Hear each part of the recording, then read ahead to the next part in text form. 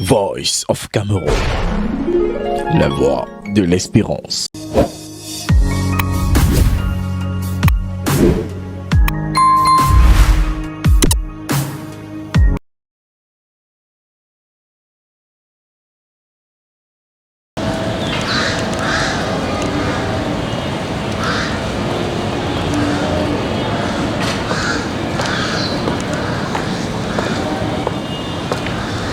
Patrice Bendouga, bonjour.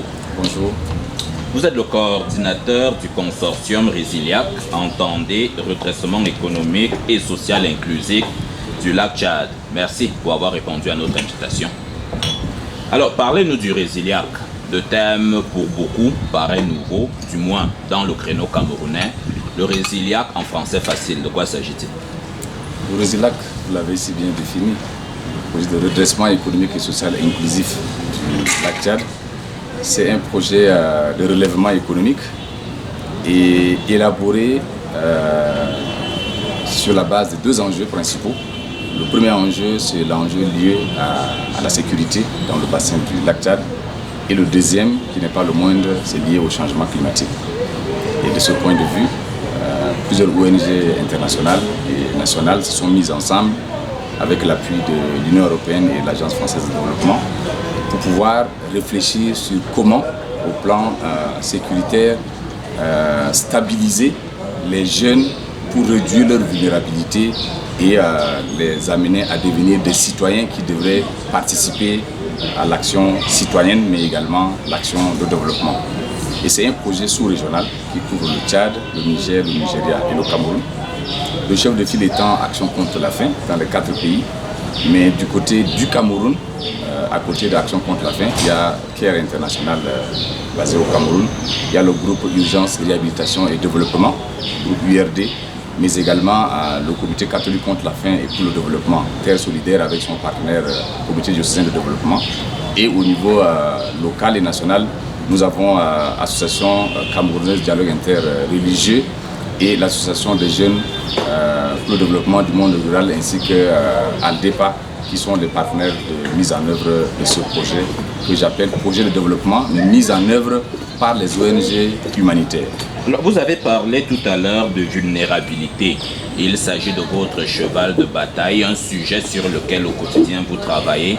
Quels sont les principaux éléments que vous constatez sur le terrain et qui traduisent la vulnérabilité à laquelle vous faites allusion?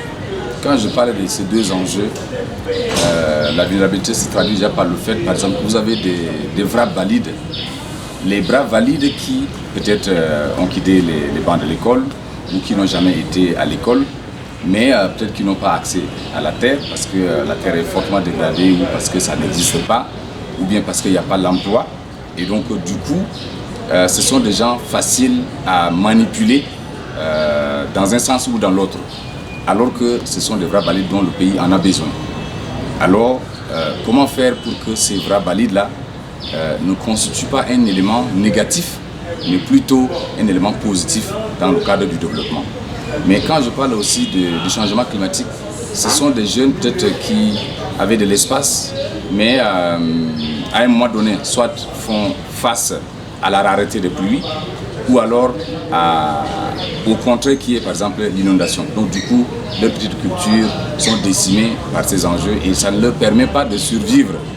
Et alors, il va falloir réfléchir à comment relever le niveau économique, mais aussi quand on dit changement climatique, quand on dit les éléments sécuritaires, ça entraîne les conséquences comme les mouvements des populations. Et quand il y a mouvement des populations, naturellement il y a des conflits. Comment faire pour que ces personnes puissent s'accepter et puissent gérer les ressources qui sont déjà assez rares, mais dans le vivre ensemble. Les changements climatiques, voilà une expression qui pour bien d'Africains est nouvelle. Comment percevez-vous l'entendement que votre auditoire a d'un vocable comme celui-là? Est-ce que les gens, d'après l'expérience du terrain que vous avez, sont véritablement conscients que le climat, pour parler simplement, n'est plus le même, comme j'ai dit? Déjà, les gens le savent, hein. Ils le savent. Vous pensez que les gens du terrain ne savent pas ce qui se passe, mais ils comprennent mieux le changement climatique que nous qui prétendons en parler. Un exemple. Jadis, les gens savent quelles sont les semences qu'ils utilisent et sur quelle terre ils développent ces cultures. Aujourd'hui, les mêmes semences ne se développent plus sur les mêmes terres. Et en ce moment-là, ils se posent la question de savoir mais pourquoi hier ces semences se développaient sur cet espace, aujourd'hui ça ne fonctionne pas. Donc, du coup, le travail permet maintenant de réfléchir sur quelles sont les nouvelles semences qui doivent être adaptées à ces terres qui sont dégradées, ou alors quelle est la nouvelle technique, mais aussi une technique endogène devant permettre, par exemple, d'enrichir le sol qui est dégradé. Et de ce point de vue, il y a également des activités qu'il fallait développer. Du point de vue rareté des pluies, comment faire pour que une région qui ne reçoit peut-être que maximum 3 mois de pluie, alors que les gens doivent développer plusieurs cultures pour survivre les 9 mois qui restent, qu'est-ce qu'il faut faire? Il faut les occuper. Et pour les occuper, il faut développer de nouvelles techniques culturelles, parmi lesquelles, par exemple, les activités maraîchères. Des observateurs au Cameroun nous font régulièrement comprendre que le principal reproche que l'on formule aux organisations de la société civile, un peu comme la vôtre, c'est que très souvent, vous ne vous associez pas à la collaboration de certains relais, pourtant très importants, à l'instar des chefs traditionnels, des organisations paysannes et tant d'autres regroupements qui peuvent constituer des courroies de transmission entre vous les porteurs d'un message, et ceux qui sont censés en être les destinataires. Est-ce que par hasard le Résilac pêche pas à cela? Je partage cette lecture. Et quand je dis je partage, ça veut dire que les organisations membres du consortium Résilac sont conscientes de cette lecture. Et c'est justement ça qui constitue le fondement même de l'approche de mise en œuvre du Résilac. Je m'en vais vous dire que pour en tenir compte de cette analyse, un travail d'abord de diagnostic a été organisé en amont, avant même le lancement du projet. Et ce diagnostic n'était pas que communautaire, mais également un diagnostic communal qui permet aux acteurs communaux, parce que je parlais tantôt de projet de développement, vous ne pouvez pas aujourd'hui dans le cadre du processus de décentralisation au Cameroun prétendre implémenter des actions de développement sans impliquer ou alors sans mettre au cœur de vos actions les communes. Et de ce point de vue, un travail a été fait avec les communes et dans le diagnostic communautaire, on est allé plus loin, au-delà des autorités traditionnelles pour pouvoir contacter ou alors discuter même avec les communautés sur quels sont d'abord les problèmes, quels sont d'abord les enjeux et quelles sont les méthodes endogènes de gestion de ces problèmes et de quelle manière nous, en tant qu'ONG, nous pouvons participer à la gestion de ces problèmes. Et donc, il y a le volet co-construction qui était, je dirais même l'ADN de Résilac, mais il y a aussi le volet complémentarité qui fait que aujourd'hui, si vous regardez la plupart des acteurs qui implémentent des actions de développement, ces acteurs évoluent en silo. Or, au niveau de Résilac, on se dit mais on ne peut pas évoluer en silo et prétendre implémenter le développement qui est un processus et qui est un long processus. Et de ce point de vue, si vous regardez les résultats auxquels nous sommes parvenus, peut-être qu'on y reviendra, c'est parce que nous avons tenu compte de cet élément. Ne dit-on pas que qui est ou bien qui veut agir en notre nom, mais sans nous est contre nous. Et nous avons mis en avant ces acteurs. Et c'est pour ça aussi que nous refusons d'appeler les bénéficiaires. Au niveau de Résilac, nous parlons en termes d'acteurs. Même les populations sont nos partenaires. Ils ne sont pas les bénéficiaires parce qu'on veut faire de ces communautés des gens qui doivent prendre la main sur la gestion de leur propre devenir. Vous annonciez les résultats précédemment, Patrice Bendouga, et nous y sommes, décidément. Nous voici donc présentement dans la région de l'extrême nord, la partie camerounaise du lac Tchad, où la phase première des actions entreprises par le Résilac ont été menées. Alors, le résultat, justement, c'est lequel? Vous particulièrement, vous en êtes satisfait? Vous l'aurez constaté lors de notre dernier comité de pilotage national, où dans la même logique, pas seulement de la complémentarité, mais aussi d'humilité, on a préféré nous parler en termes de quanti et laisser les partenaires et donc bénéficiaires au niveau local parler des effets de nos actions. C'est ainsi que vous avez vu par exemple la participation du conseil régional, la participation de l'université de Maroua, la participation des communes et d'autres acteurs avec lesquels nous travaillons comme Prolac, comme Pérenne et pour ne citer que cela. Les résultats auxquels nous sommes arrivés au bout de 4 années théoriquement, mais 5 années parce que le Résilac a été élaboré pour 4 années, mais avec les conjonctures liées à la Covid, on a eu une extension d'une année qui fait qu'on est passé de 2018 à 2022 au lieu de 2021. Quantitativement parlant, déjà, nous avons prévu atteindre 16 000 personnes au bout de ces 4 années ou 5 années. mais nous sommes arrivés au double, c'est-à-dire on a pu atteindre plus de 32 000 personnes. Et parmi les 32 000 personnes qui ont été touchées, si vous prenez par exemple les jeunes dont je faisais référence, auxquels il fallait les amener à adopter une nouvelle manière de vivre, nous avons développé les travaux d'intérêt communautaire, c'est ce qu'on appelle communément les travaux à haute intensité de main-d'œuvre ou bien les travaux IMO.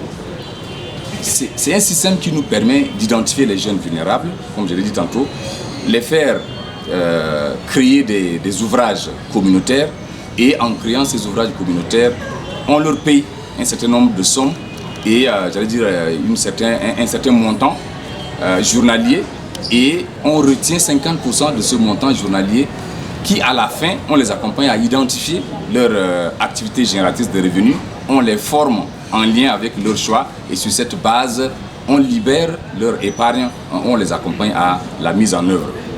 On a créé par exemple 8 ouvrages communautaires, parmi lesquels les étangs piscicoles, les biefs, les mares, les micro-barrages, les pistes rurales et autres. Et ces ouvrages ont mobilisé par exemple 1046 jeunes. Et ces 1046 jeunes ont réussi, soit individuellement, soit collectivement, à utiliser leur épargne pour mettre en œuvre des activités génératrices de revenus. Au-delà de cela, nous avons trouvé aussi qu'un projet de développement ne doit pas être financé par un projet qui a une durée. Il va falloir faire en sorte que les acteurs locaux deviennent les propres financeurs de leur activité génératrice de revenus. Et c'est à ce niveau que nous avons mis en place un mécanisme qu'on appelle Association villageoise d'épargne et de crédit. Ces AVEC-là, ce sont des jeunes qui ont été mis ensemble et qui ont cotisé. Nous avons prévu juste mettre en place 100 AVEC, mais à date, on a réussi à mettre en place 197 AVEC qui ont réussi à date à mobiliser environ 150 millions et qui ont réussi à financer elles-mêmes 183 micro-projets, mais également 501 micro-projets que nous avons accompagnés en dehors de ces éléments, ainsi que les unités de transformation que nous avons mises en place pour pouvoir permettre aux jeunes qui ont produit de pouvoir non seulement transformer, mais aussi de pouvoir stocker. Et à ce niveau, des magasins de stockage ont été créés, des champs écoles paysans pour pouvoir adapter les nouvelles pratiques agricoles, ainsi que les éléments en lien avec le changement climatique. Je parlais tantôt de terres à restaurer. On a prévu aussi restaurer 150 hectares de terre, mais on a réussi à restaurer presque de 300 hectares de terre qui sont aujourd'hui d'être exploités, pas seulement avec les activités fluviales, mais aussi des activités maraîchères, pour ne citer que ces éléments. Et comme je parlais tantôt de la participation des jeunes au niveau local, on a pu identifier également des organisations à base communautaire qu'on a capacité, et aujourd'hui on a 106 organisations à base communautaire dans les 4 communes d'intervention, avec plus de 4000 membres, avec plus de 2000 j'allais dire, et les 197 avec plus de 4000 membres, dont majoritairement les femmes. Et vous savez que quand on parle des actions de développement, les femmes sont au cœur. Et vous faites bien justement de parler des femmes et des jeunes. Nous sommes quand même là dans le septentrion, monsieur le coordonnateur. Et les clivages traditionnels, les conformismes, les traditionnalismes, quel a été le discours dont vous vous êtes servi pour amener justement les notabilités traditionnelles dans cette partie du pays, encore enclines à certains conservatismes, à se soumettre, entre guillemets évidemment, à cette nouvelle perception des choses dont vous étiez le porteur? Le discours, c'était lequel? Le discours, c'est la participation. Le discours, c'est les logiques endogènes. Nous ne venons pas pour changer ou bien pour déconstruire les logiques endogènes.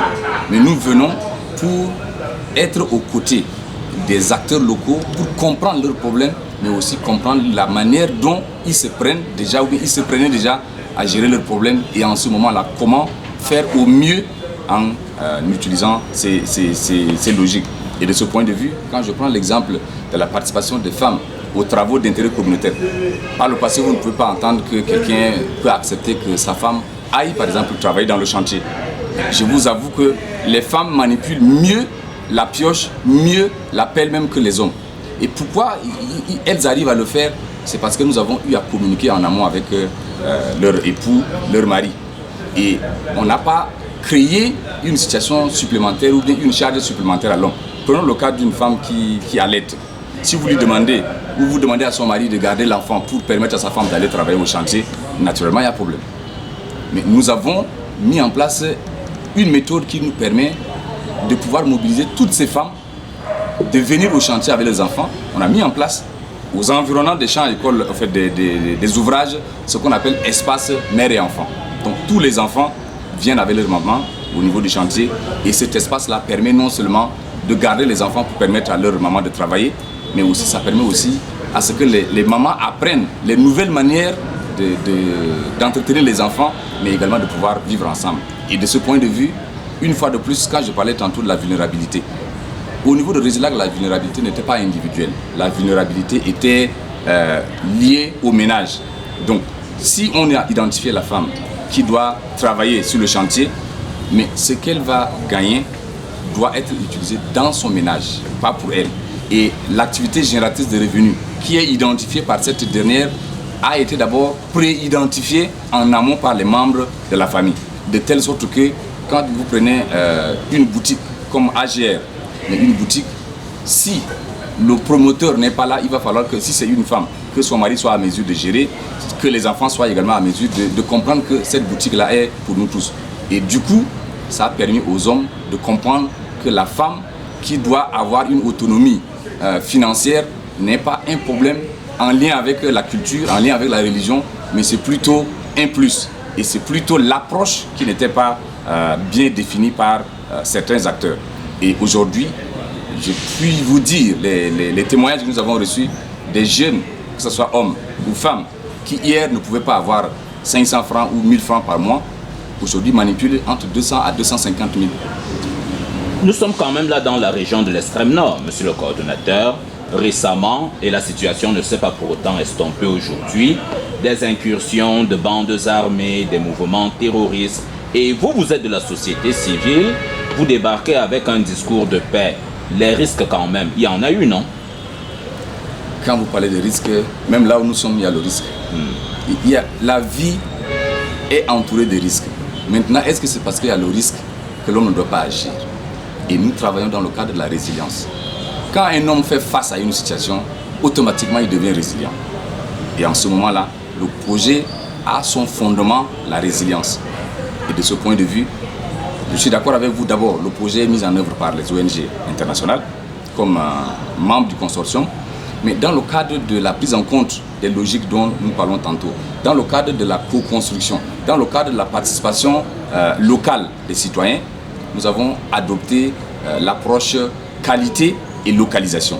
Qualité et localisation veut dire que nous ne pouvons pas implémenter ces actions sans avoir la logique socio-anthropologique des participants. Je dis bien des participants pour ne pas dire des bénéficiaires. Et si nous avons cette approche-là, ça nous permet maintenant de comprendre comment nous devons, par exemple, minimiser les risques liés, par exemple, à la sécurité. Je sais que c'est ce que vous voulez en parler. Mais la sécurité, l'acceptance est un élément important dans le cadre de la gestion ou dans le cadre de l'implémentation des actions de développement. Et l'acceptance fait partie des principes clés des organisations membres du consortium que j'ai cité, Action contre la faim, CARE et le groupe URD. Et de ce point de vue, dès lors que les gens connaissent que vous êtes neutre, vous êtes impartial, vous êtes humanitaire et que votre seul rôle, c'est de pouvoir accompagner l'être humain dans son ensemble à se développer, de ce point de vue-là, il n'y a pas de problème. Et j'avoue qu'on n'a pas été ciblé directement comme victime, mais aussi nous avons nos règles.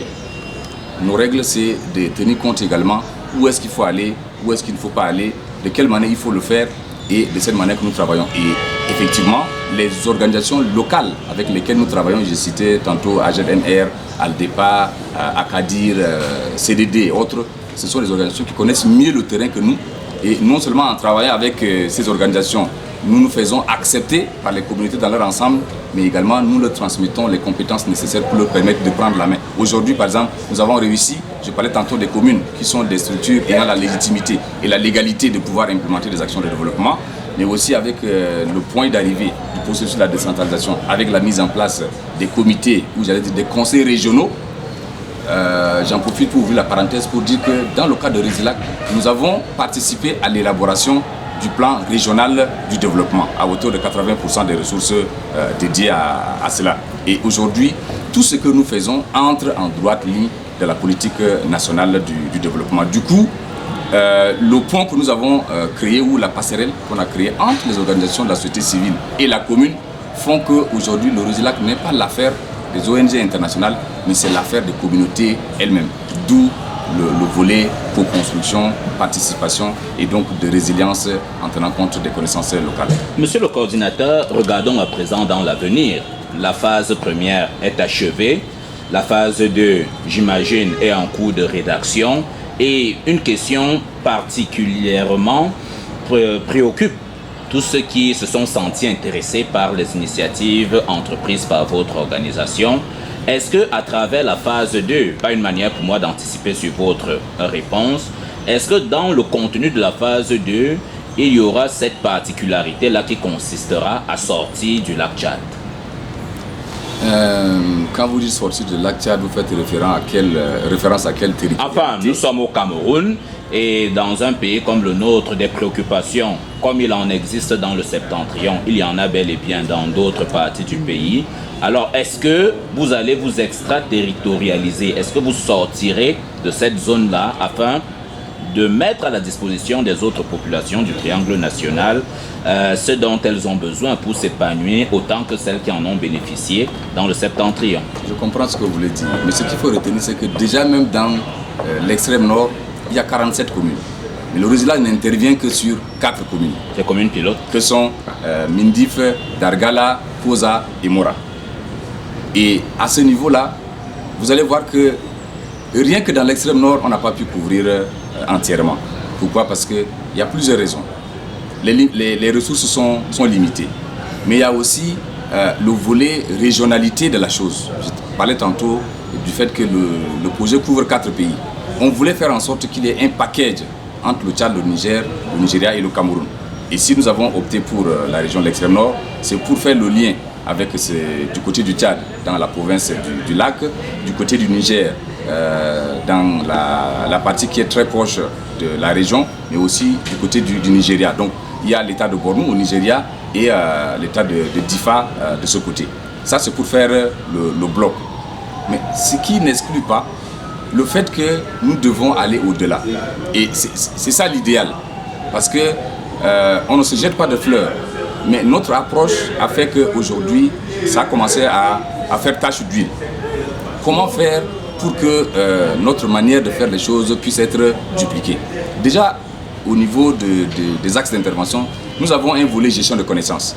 Et dans ce volet gestion de connaissances, nous travaillons aussi beaucoup avec l'université pour que les résultats de nos expériences puissent être divulgués au-delà de l'extrême nord, voire au-delà du territoire national. Première des choses. Deuxième des choses, il y a également le travail que j'ai parlé tantôt avec le conseil régional. Ça nous permet de voir comment partir de ces 4 communes pour atteindre non seulement les 47 communes de la région de l'extrême nord, mais aussi les autres régions du Cameroun et donc des pays voisins. Parce que c'est là où on parlera tantôt de la phase 2. Vous avez dit, quand on fait bien, ou alors quand on a planté un arbre et qu'on a arrosé à un moment donné, on se rend compte que l'arbre commence à fleurir ou à produire des fruits. La logique voudrait qu'il faut continuer à arroser pour que le fruit mûrisse, pour que ça soit consommable. C'est le lieu aussi de dire merci à l'Union européenne et l'Agence française de développement qui ont fait la même lecture avec nous et qui se sont rendus compte que si on arrêtait la phase 1 du projet en ce moment, c'est comme si l'arbre est en train de fleurir et on a arrêté d'arroser. Je ne saurais vous dire avec exactitude comment et quand et où la phase 2 sera implémentée, mais ce que je suis sûr, et en tant que technicien, on ne peut pas partir des 4 communes pour des raisons que je venais d'évoquer. Parce que si on part maintenant, ça veut dire qu'il y a des choses qui vont tomber. Donc il va falloir consolider les acquis et en même temps chercher à avoir la possibilité d'élargir le cercle pour que le modèle soit également appliqué dans les autres régions. Mais déjà, je parle ici sous le contrôle du président du conseil régional qui déjà a été intéressé par notre approche, par ce que nous faisons, qui a fait le tour pour visiter nos réalisations et qui a décidé de pouvoir dupliquer le modèle Résilac dans la logique d'intervention du conseil régional. C'est pour dire que lui, en tant que conseiller régional, peut aussi travailler avec d'autres conseillers ou d'autres conseils régionaux des autres parties du pays, et qui sait si dans les jours, dans les années à venir, on pourrait partir de ces 4 communes pour pouvoir atteindre tout le Cameroun, voire toute l'Afrique, pourquoi pas. Comment avez-vous trouvé l'apport des pouvoirs publics au Cameroun? Vous parliez tout à l'heure du conseil régional de l'extrême nord. Il y a évidemment des départements ministériels vers lesquels vous vous êtes rendu et qui devaient mettre à votre disposition tout ce dont vous aviez besoin pour implémenter votre cahier de charges. À la réalité, quel est le niveau de collaboration que le Résilac entretient avec les pouvoirs publics? Je ne vais pas évidemment revenir sur ce qui se dit tant de fois au sujet des rapports souvent conflictuels, parfois mi-figue, mi-raisin, entre le pouvoir en place au Cameroun et les acteurs de la société civile que vous êtes, vous particulièrement du fait de l'expérience que vous avez vécue par le truchement du Résilac au Cameroun. Comment évaluez-vous l'apport des pouvoirs publics dans le cadre du travail que vous entrepreniez? Si je parle en termes de portes, elles sont très ouvertes. Si je parle en termes de bras, elles sont encore davantage très ouvertes. Et quand je parle de pouvoir public, c'est du central au niveau local. Déjà, vous allez voir la spécificité du Résilac. C'est vrai que tous les projets signent la convention avec le pays à travers le Minepat, mais au niveau du Résilac, nous avons la co-tutelle avec le Mindevel. Cela se traduit par le fait que les communes sont au cœur de nos actions. Ça, c'est déjà au niveau central. Et là, il y a des points focaux qui sont désignés au niveau de Minepat, au niveau de Mindevel. Et dans le cadre de la gouvernance, le comité de pilotage national, co-présidé par le Mindevel et le Minepat, qui se tient à Yaoundé. C'est ce que nous avons fait dernièrement. Mais au-delà du niveau central, il y a aussi le niveau régional. Un autre comité de pilotage régional, et donc que nous appelons opérationnel, présidé par le gouverneur de la région de l'extrême nord, avec la participation également de tous les ministères. Si vous prenez le niveau central, il y a le Minepia, il y a le Minader, il y a le Minprof, il y a Minas, il y a Minsanté, pour ne citer que ceux-là qui participent au niveau central. La même manière se fait également au niveau régional. Mais on ne s'est pas arrêté à cela. Au niveau départemental, au niveau d'arrondissement, tous les secteurs et donc les sectoriels sont les principaux acteurs de ce que nous faisons. Je prends un exemple simple. Nous avons par exemple lancé l'étang piscicole à Dargala. Quand on était arrivé, personne ne pouvait imaginer qu'on pouvait avoir du poisson dans cette partie sahélienne. Mais on a travaillé avec le Minepia et les discussions étaient que l'évapotranspiration allait être très forte. Comment il faut faire la pisciculture? Mais on a trouvé aussi qu'en même temps qu'il ne pleut pas beaucoup dans la région de l'extrême nord, mais il y a des zones où l'eau affleure à même le sol. On a simplement fait les forages avec les systèmes de panneaux solaires et on pompe de l'eau, on a obtenu la saturation et aujourd'hui vous arrivez à Dargala, vous trouverez des milliers et des milliers de poissons qui sont produits. Un exemple que je donne, au niveau par exemple de l'agriculture, tous les champs écoles paysans, tous les sites de démonstration, toutes les nouvelles semences que nous avons mises en place, les terres que nous avons restaurées avec les mécanismes au niveau local, nous les avons fait avec par exemple le Minader et les autres éléments, c'est-à-dire chaque secteur ou bien chaque axe d'intervention de notre projet, c'est toujours porté par les sectoriels. Et quand vous prenez par exemple l'appui aux communes, l'appui aux OSC, parlant de la capacitation des communes, c'est le Mindevel au niveau régional qui prend la main sur. Nous, on crée le cadre, mais l'expertise, nous le prenons au niveau de l'État. Parce que nous, on est un acteur de développement, mais on ne se dit pas plus expert que les experts eux-mêmes. Et quand on prend l'université, c'est un outil de développement mis en œuvre ou bien mis en place par l'État. Et en ce moment, vous ne pouvez pas prétendre assurer la pérennité de vos actions sans impliquer le cerveau de l'outil de développement mis en place par l'État. C'est pour dire que est-ce que c'est notre approche? Est-ce que c'est parce que l'État lui-même est prédisposé à accueillir des actions de développement? Mais personnellement, durant les 4 années que j'ai eu le plaisir de coordonner ces activités, je peux vous dire que je peux appeler le président du conseil régional, le ministre peut m'appeler, le point focal peut m'appeler. Quand je demande à voir le gouverneur, les portes sont ouvertes. Et quand je les invite à la réunion, non seulement ils sont là, mais ils participent, ils donnent des orientations et nous mettons en œuvre ces orientations en tenant compte effectivement de la politique nationale, étant donné que les organisations membres du consortium se sont engagées à agir en adéquation avec les politiques nationales. Une question aux allures proverbiales, monsieur le coordinateur. Est-ce que le Résilac est là pour pêcher le poisson qu'il offre plus tard aux populations, ou alors il apprend aux populations à pêcher leur propre poisson? Une très bonne question, et cette question-là, vous avez la réponse.